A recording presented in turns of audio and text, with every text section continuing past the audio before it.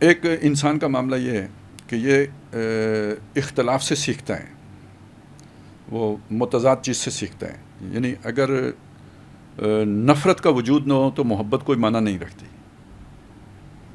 جب بالکل اپوزٹ چیزیں ہوتی ہیں کہ جو کسی شے کو کی اہمیت کو اجاگر کرتی ہیں یا مثبت چیز کی اہمیت کو اجاگر کرتی ہیں. اگر وہ اپوزٹ شر نہ ہونا تو خیر کا کوئی معنی ہی نہیں ہے. پہلی تو یہ بنیادی بات یہ سمجھ لیں. تو جب آپ یہ بات سمجھ لیتے ہیں تو اس کا مطلب یہ ہے کہ یہ جو شر بھی پیدا ہوتا ہے نا، یہ آپ کو اسٹرینتھن کرنے کے لیے ہوتا ہے. وہ جو تندی باد مخالف سے نہ گھبرایا وہ کام، یہ تو چلتی ہے تجھے اونچا اڑانے کے لیے، اس کو اگر آپ رکھیں تو یہ بہت اچھا ہے کہ یہ والا ابھرا ہے. پتہ ہے اس کا پھر کاؤنٹر کیا ہے؟ اس کا کاؤنٹر یہی ہے نا، آپ کیا ہیں؟ آپ پنجابی ہیں. یہ لوگ کر رہے ہیں کاؤنٹر، اور یہ اتنا ہی نقصان دہ ہے. مطلب وہ ادھر سے کسی نے پختون نے بات کی یا کسی افغان نے بات کی یا کسی بلوچی نے بات کی یا کسی سندھی نے بات کی تو ادھر سے پنجابی نیشنلزم جاگ جاتا ہے. یہ آپ نے باقی سب کی بات کی، اس کی بھی بات کریں کہ اس کے ری ایکشن میں جو یہ ہوتا ہے نا، یہ شیطانی چکر ہے سارا. جہاں ہستی ہوئی محدود لاکھوں پیج پڑھتے ہیں، عقیدہ عقل فطرت سب آپس میں لڑتے ہیں، تو یہ ایکشن کا ری ایکشن، وہ جو آپ سنو بال افیکٹ کہہ رہے تھے، تو وہ تو پھر چین ری ایکشن ہوتے ہیں. بدلے میں آپ 10 گالیاں دے دیں گے، وہ 100 گالیاں دیں گے. تو یعنی پہلی بات تو یہ ہو گئی. اچھا، اب اس میں ہوتا یہ ہے کہ پھر آپ بدلے میں کیا شے لے کے آئیں گے کہ آپ جڑے رہیں؟ تو وہ دو قومی نظریے اور نظریہ پاکستان کے علاوہ کوئی اور شے نہیں. تو میں اس کو مثبت طور پر دیکھ رہا ہوں. آپ اگر سیدھی طرح سے نظریہ پاکستان کو نہیں سمجھ پا رہے تو پھر نتیجہ وہ نکلنا ہے. اگر آپ نظریہ پاکستان کو ہیمر نہیں کر رہے، آپ اگر نظریہ پاکستان کو دل کے اندر اتار نہیں رہے، پڑھا نہیں رہے، ایجوکیٹ نہیں کر رہے، اس کی ڈائمینشنز نہیں کھول رہے، اس کے عملی تقاضے نہیں بیان کر رہے، تو پھر نتیجہ وہ نکلنا ہے. اور اس کے پیچھے دنیا ہے، کیونکہ آپ کو کمزور اس بنیاد پہ کریں. 4 ٹوٹے آپ کے جو کرنے تھے تو اس بنیاد پہ کرنے تھے. تو یہ تو پورا ایک پروجیکٹ تھا جس کے اندر موجود تھی. یہ اب ایک فتنہ ہے. یعنی اس وقت وہ ہمارے لیے فتنہ بن گیا ہے، لیکن یہ فتنہ ہمیں اصل پیغام کی طرف لے کے جا سکتا ہے اگر ہم اسے صحیح طرح سے رخ دے سکیں. تو قرآن مجید میں بھی ظاہر ہے جب نبی دعوت پیش کرتے ہیں تو قرآن بتاتا ہے مقابلے میں شیطان کی دعوت بھی کھڑی ہو جاتی ہے، اور اتنی ہی زور سے کھڑی ہوتی ہے جتنی زور سے نبی کی دعوت ہوتی ہے. وَدُّوا لَوْ تُدْهِنُ فَيُدْهِنُونَ. یہ اپنے اس سارے دباؤ سے چاہتے ہیں آپ ڈھیلے پڑ جائیں اپنے اس کام میں. جب آپ ڈھیلے پڑیں گے وہ بھی ڈھیلے پڑ جائیں گے. تو جتنے زور سے نظریہ پاکستان کو یا قومی یکجہتی کو اس موقع پہ وہ ملا نا بوسٹ، تو اتنے ہی زور سے اس کا ری ایکشن آنا فطری عمل ہے. لیکن اب اتنے ہی زور سے ہمارے ہاں اس کی ضرورت ہے نظریہ پاکستان کو اجاگر کرنے کی. اچھا، لیکن یہ جب فتنہ کھڑا ہوتا ہے اس طرح کا، دونوں سائڈیں آمنے سامنے آتی ہیں، اس میں بیچارے وہ جیسے ہوتے ہیں نا کولیکٹیو ڈیمیج جو ہوتا ہے، تو وہ کولیٹرل ڈیمیج جو ہوتا ہے، اس میں پھر یہ چیز آ جاتی ہے کہ کچھ سادہ لوگ، کچھ کا تو ایجنڈا ہوتا ہے، اور سادہ لوگ بیچ اس میں ایویں ہی رگڑے جاتے ہیں. اس میں ہمارے اچھا سادہ لوگ عام طور پہ دیندار بندہ ہوتا ہے، یا یہ کہ لیمین یا ماسز میں سے جو وہ سادہ لوگ مخلص ہوتے ہیں، وہ اس کے اندر وہ کوئی گڑبڑ نہیں ہوتی. لیکن اچھا، یہ کوئی بھی بیانیہ جو کھڑا ہوتا ہے یہ بالکل بے بنیاد نہیں ہوتا، کوئی نہ کوئی اس کی بنیاد ہوتی ہے. جیسے ابھی ہم بات کر رہے ہیں کہ ہم یہ تو نہیں کہہ سکتے نا کہ مشرف نے جو کچھ کیا وہ بالکل ٹھیک تھا، جو کچھ کیانی نے کیا سوات میں اور اس دور میں جو فوج نے کیا وہ بالکل ٹھیک تھا، جو کچھ ہوتا رہا اسلام پسندوں کے ساتھ یا اسلام پرستوں کے ساتھ، اسے ہم سپورٹ تو نہیں کر سکتے. اور یہ بھی ہم نہیں کہہ سکتے کہ اس کا کوئی ری ایکشن گراؤنڈ پہ موجود نہیں ہے اور ان علاقوں میں موجود نہیں ہے. اب مسئلہ یہ ہے کہ ایک دیندار آدمی کو یہ دیکھنا چاہیے کہ تبدیلی کیا آئی ہے.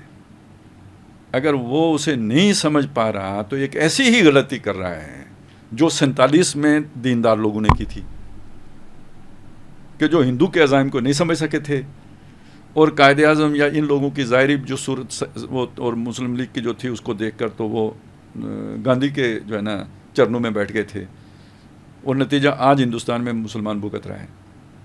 ایسی ہی غلطی آج دیندار آدمی کر رہا ہے کہ یہ جو اللہ تعالیٰ نے ایک بہت بڑی یوں سمجھیے کہ امید اور یہ کہ دین کے اعتبار سے ایک نیا موقع پیدا کیا ہے، اس کو ہم نہیں سمجھ پا رہے. ہم اس فوج کو وہ فوج سمجھ رہے ہیں کہ جو پرویز مشرف کی فوج تھی. اس وقت بھی ہم یہ تو نہیں کہتے تھے کہ فوج غلط ہے، ہمارا موقف تو یہ نہیں تھا. ہمارا یہ بھی نہیں تھا کہ یہ فوج نہیں ہونی چاہیے، ہمارا یہ بھی نہیں تھا کہ یہ ملک نہیں ہونا چاہیے، ہمارا یہ تھا کہ یہ پالیسی غلط ہے. اور پھر جب وہ ایک کے بعد دوسرا اور دوسرے کے بعد تیسرا آنا شروع ہوا تو پھر تو ہم نے یہ کہنا شروع کیا کہ ایک قبضہ گروپ ہے جس نے ہمارے اداروں کے اوپر قبضہ کر لیا ہے. تو رجیم چینج کا مطلب یہ ہے کہ حق بحقدار رسید, وہ قبضہ گروپ سے جان چھوٹی ہے. اب آپ اس وقت کی چیزوں کو لے کے آج جو ہے نا کہ قیادت کو بھی اسی جگہ رکھ کر فیصلے کریں اور اس ری ایکشن میں فیصلے کریں, یہ ایک عامیانہ بات تو ہو سکتی ہے. ایک میچور آدمی کی ایک ویسے بھی مومن کو رد عمل کی وہ پالیسی نہیں اختیار کرنی چاہیے. کیا صحیح ہے کیا غلط ہے, حالات کا تجزیہ کر کے اس کا فیصلہ کرنا چاہیے. مومن ہی نہیں, کسی بھی ایک جو کسی اسٹریٹجی بنانے کی جگہ پہ بیٹھا ہوا ہے اسے ری ایکشن میں آ کے کبھی بھی کوئی فیصلہ کرے گا. آپ ذرا سوچیں, آپ نے ایک انیشیٹو لیا ہے ایز اے ایک جو ہے نا جرنیل کے, تو آپ کو نہیں پتا اس کا ری ایکشن کیا آئے گا. تو کیا اس ری ایکشن کو کاؤنٹر کرنے کی اسٹریٹجی بنائے بغیر آپ نے وہ ایکشن کر دیا ہے؟ تو اب اگلا بندہ اگر ری ایکشن کرتا ہے تو وہ پھنسے گا یا نہیں پھنسے گا, وہ تو ٹریپ بن جائے گا اس کے لیے. تو جو بندہ بھی لیڈرشپ کے مقام پر ہو اسے ری ایکٹیو نہیں ہونا چاہیے. ٹھیک بات ہے, بالکل. تو وہ پرانی باتوں کو لے کے آج کرنا, ایک تو یہ بات ہے کہ اس کا مطلب یہ ہے کہ عامیانہ سوچ ہے, یہ ایک لیڈر کے شائن شان سوچ نہیں ہے.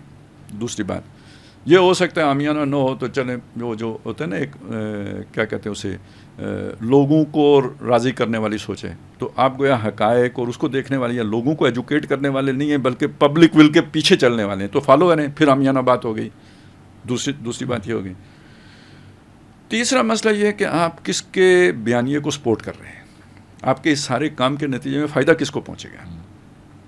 اس قبضہ گروپ کو فائدہ پہنچے گا کہ جس کو نکالا گیا. یہ تو ایجنڈے کے تحت کرتے ہیں. ٹھیک ہے, تو کتنا غلط آپ سے بے جانے بوجھے میں ہی ہو رہے ہیں, غیر ارادی طور پہ ہو رہے ہیں, لیکن آپ سے ہو رہا ہے.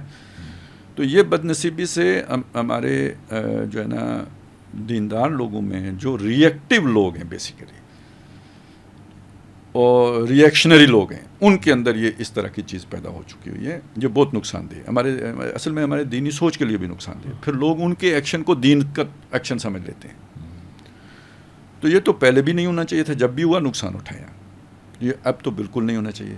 آخری بات اس میں یہ کروں گا کہ مکے والوں نے کیا نہیں کیا محمد رسول اللہ کے ساتھ صلی اللہ علیہ وسلم. تو اس کا تقاضا کیا تھا؟ وہ تھا جو صحابی نے مکے میں داخل ہوتے وقت نعرہ لگایا تھا نا, الیوم یوم الملحمہ, آج قیمہ کرنے کا دن ہے. تو نبی صلی اللہ علیہ وسلم نے اس کے ہاتھ سے جھنڈا لے لیا اور فرمایا الیوم یوم المرحمہ, آج رحم کرنے کا دن ہے. یہ سچویشن کو دیکھنے کی بات ہے.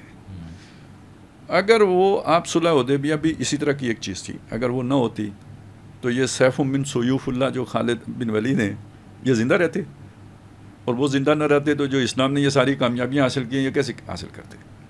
تو یہ جگرا ہونا چاہیے آپ کا. اگر آپ دینی قیادت کے منصب پر فائز ہیں تو اس طرح چیزوں کو دیکھ کر اور کھلے دل کے ساتھ, نہ آپ نے لوگوں کی اطاعت کرنی ہے یا ان کی خواہشات کی اطاعت کرنی ہے, پیروی کرنی ہے, حق سچ کی بات کرنی ہے, اور جو آپ کا ویژن ہونا چاہیے اور جو آپ کی پختگی ہونی چاہیے تو وہ اس سے ثابت ہوگی کہ آپ ری ایکٹ نہیں کرتے بلکہ آپ چیزوں کو معروضی طور پر آبجیکٹیولی دیکھتے ہیں, اور جو گیون سرکمسٹانسز ہیں, حالات و واقعات ہیں, جو ظروف و احوال ہیں, اس کے مطابق اپنی شاندار بصیرت کو استعمال کرتے ہوئے آپ فیصلہ لیتے ہیں.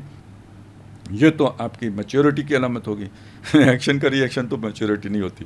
وہ تو آپ کتے کو پتھر ماریں وہ بھی آف کرے گا مڑ کے. یہ کیا بات ہوئی؟